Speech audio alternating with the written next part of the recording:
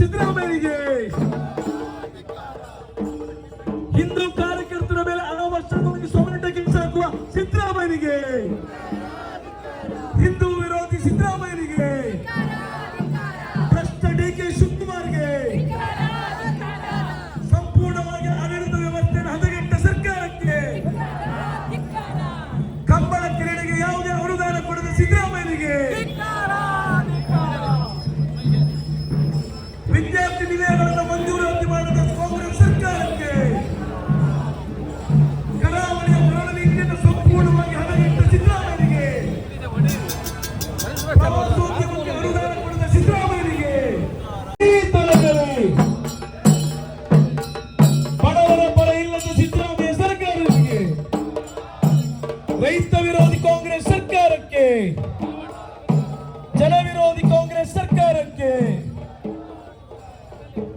ಮೀನುಗಾರ ವಿರೋಧಿ ಕಾಂಗ್ರೆಸ್ ಸರ್ಕಾರಕ್ಕೆ, ಕಾರ್ಮಿಕ ವಿರೋಧಿ ಕಾಂಗ್ರೆಸ್ ಸರ್ಕಾರಕ್ಕೆ,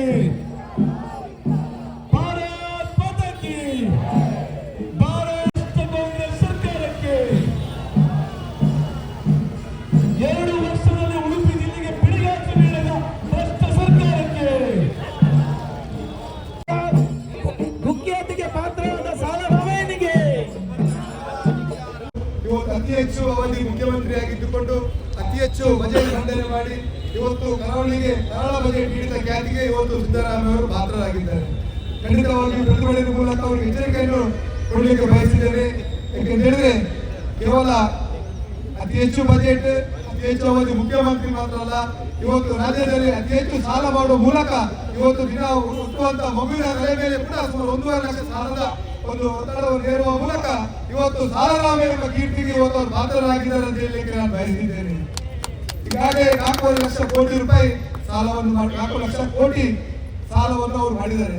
ಬಹುಶಃ ಸಾಲವನ್ನು ತೀರಿಸಬೇಕಾದ್ರೆ ಸಿದ್ದರಾಮಯ್ಯ ಇನ್ನೊಂದು ಜನ್ಮದಲ್ಲಿ ಹುಟ್ಟಿದ್ರು ಕೂಡ ಅದು ಸಾಧ್ಯವಾಗಲಿಲ್ಲ. ಯಾಕಂತ ಹೇಳಿದ್ರೆ ಸಿದ್ದರಾಮಯ್ಯನವರು ಕೇವಲ ಇವತ್ತು ನಮ್ಮ ರಾಜ್ಯವನ್ನು ಕೊಳ್ಳೆಹಿಡಿಯುವಂತಹ ಒಂದು ಚಿಂತನೆಯಲ್ಲಿ ಅವರು ಇದ್ದಾರೆ.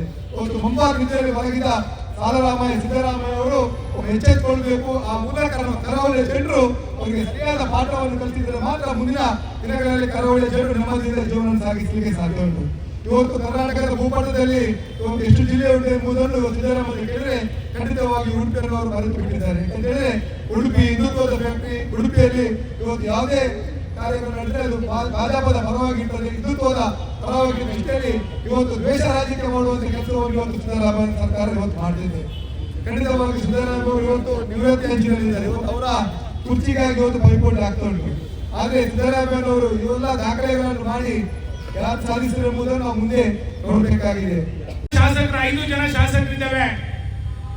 5 ಜನ ಶಾಸಕರು ಬೇರೆ ಬೇರೆ ಸಂದರ್ಭಗಳಲ್ಲಿ ಜಿಲ್ಲಾಡಳಿತವನ್ನ ರಾಜ್ಯ ಸರ್ಕಾರವನ್ನ ಎಚ್ಚರಿಸಿದ್ದೇವೆ. ನಮ್ಮಲ್ಲಿರುವಂತಹ ಸಮಸ್ಯೆಗಳು, ನಮ್ಮಲ್ಲಿರುವಂತಹ ತೊಂದರೆಗಳು ಇವೆಲ್ಲವನ್ನು ಕೂಡ ಸರ್ಕಾರ ಆದ್ಯತೆಯ ಮೇರೆಗೆ ಪರಿಗಣನೆ ಮಾಡಬೇಕು ಅಂತ ಹೇಳಿದ್ರು ಕೂಡ ಯಾವ ಯೋಜನೆಗೂ ಕೂಡ ಸರ್ಕಾರ ಅನುದಾನಗಳನ್ನ ಕೊಡಲಿಲ್ಲ.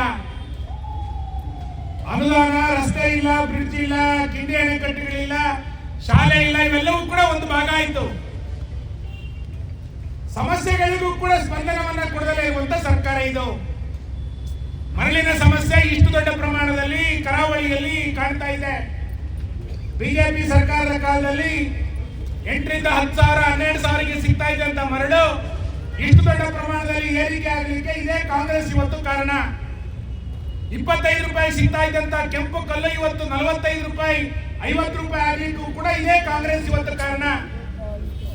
ಮಣ್ಣು ಸಿಗ್ತಾ ಇಲ್ಲ. ಇಂಥ ಒಂದು ಕೆಟ್ಟ ವಾತಾವರಣದ ಆಡಳಿತವನ್ನ ಕರಾವಳಿಯ ಜನ ಯಾವತ್ತೂ ಕೂಡ ನೋಡಿರಲಿಲ್ಲ. ಗ್ರಾಮೀಣ ಪ್ರದೇಶದಲ್ಲಿ, ನಗರ ಪ್ರದೇಶಗಳಲ್ಲಿ ಸಾಮಾನ್ಯ ಜನ ಮನೆ ಕಟ್ಟಬೇಕು ಅಂತಂದ್ರೆ ಬಿಜೆಪಿಯ ಸರ್ಕಾರದಲ್ಲಿ ಒಂದೊಂದು ಗ್ರಾಮ ಪಂಚಾಯಿತಿಗಳಿಗೆ, ಪುರಸಭೆಗಳಿಗೆ 50-100 ಮನೆಗಳು ಬರ್ತಾ ಇತ್ತು. ನಮ್ಮ ಸದಸ್ಯರ ಮನೆಗಳನ್ನು ಹಂಚಿಕೆ ಮಾಡ್ತಾ ಇದ್ರು. 3 ವರ್ಷದಲ್ಲಿ ಒಂದೇ ಒಂದು ಮನೆಯನ್ನ ಈ ಸರ್ಕಾರ ಕೊಡ್ಲಿಲ್ಲ. 9/11 ಸಮಸ್ಯೆ ಪರಿಹಾರ ಆಗಲಿಲ್ಲ. ಕನ್ವರ್ಷನ್ ಸಮಸ್ಯೆ ಪರಿಹಾರ ಆಗಲಿಲ್ಲ. ಸರ್ವರ್ ಇವತ್ತಿನ ತನಕ ಸರಿ ಆಗಲಿಲ್ಲ. ಸರ್ವರ್ ಸಮಸ್ಯೆ, ಇಷ್ಟೆಲ್ಲ ಸಮಸ್ಯೆಗಳಿದ್ದಾಗಲೂ ಕೂಡ ರಾಜ್ಯ ಸರ್ಕಾರಕ್ಕೆ ನಾನು ಇದಕ್ಕೆ ಪರಿಹಾರ ಮಾಡಬೇಕು ಅಂತ ಹೇಳಿ ಸರ್ಕಾರಕ್ಕೆ ಅನಿಸ್ತಾನೆ ಇಲ್ಲ. ಇಂಥ ಒಂದು ವಾತಾವರಣವನ್ನು ನಾವು ಕರ್ನಾಟಕದಲ್ಲಿ ಯಾವತ್ತೂ ಕೂಡ ನೋಡಿರಲಿಲ್ಲ.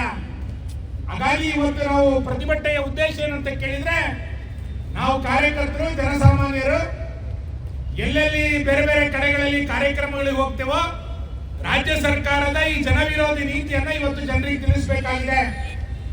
ಹೊಸ ಕಟ್ಟಡಗಳು ಬಿಡಿ, ಶಾಲೆಗಳಲ್ಲಿ ಶೌಚಾಲಯ ಕಟ್ಟಲಿಕ್ಕೆ ದುಡ್ಡು ಕೊಡದಲ್ಲೇ ಇರುವಂತ ಸರ್ಕಾರ ಇದು. ಹೊಸ PU ಕಾಲೇಜು, ಹೊಸ ಹೈಸ್ಕೂಲು, ಹೊಸ ಕೊಠಡಿ ಇಲ್ಲ, ಶೌಚಾಲಯನ ಕಟ್ಟಲಿಕ್ಕೆ ದುಡ್ಡು ಕೊಡದಲ್ಲೇ ಇರುವಂತ ಸರ್ಕಾರ ಮೊದಲ ಬಾರಿಗೆ ಕರ್ನಾಟಕದಲ್ಲಿ ನನಗೆ ಗೊತ್ತಿದ್ದಂತೆ ಉಡುಪಿನಲ್ಲಿ ಪರ್ಯಾಯ ಬಹಳ ಅತ್ಯಂತ ಅದ್ದೂರಿಯಾಗಿ ಬಜೆಟ್ ನಲ್ಲಿ ಇಲ್ಲ. 1,32,000